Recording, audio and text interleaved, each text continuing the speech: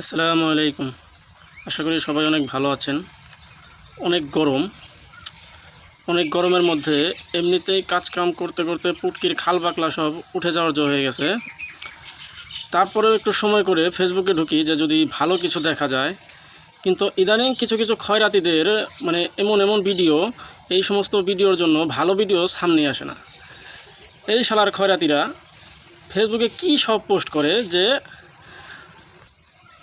যে আমার ভিডিওটা শেয়ার করে দাও, একটা কমেন্ট করো, একটা লাইক করো, আমি তোমার পরিবারে যে তোমাকে স্টার গিফট করে আসব। কেরে ভাই, ভালো কিছু আপলোড কর, মানুষ তোর ভিডিও এমনিতেই লাইক করবে, শেয়ার করবে, কমেন্ট করবে।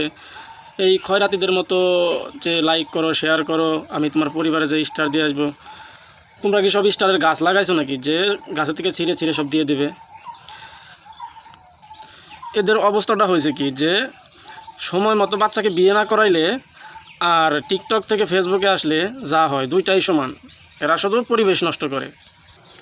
আরেক দল খয়রাতি আছে, তারা বলে কি যে আমার চ্যানেল আমার ভিডিওটা শেয়ার করে দাও, আমার ভিডিওতে একটা কমেন্ট করো, একটা লাইক করো, এবং যে 4-5 জনকে রিপ্লাই কমেন্ট করে দাও, তোমার রিচ এঙ্গেজমেন্ট বাড়বে।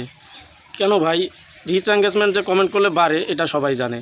তো তোমার ভিডিওতে যে কমেন্ট করতে হবে, রিপ্লাই কমেন্ট করতে হবে, শেয়ার করতে হবে, এরকম কথা আছে নাকি? তোমার যদি উপদেশ দেওয়ার হয় তো তুমি ভালোভাবে দাও, ভালো ভিডিও ছাড়ো। তো এই খয়রাতিদের মতো চাইয়া চাইয়া এগুলো কি, এগুলো কোনো কথা হইলো?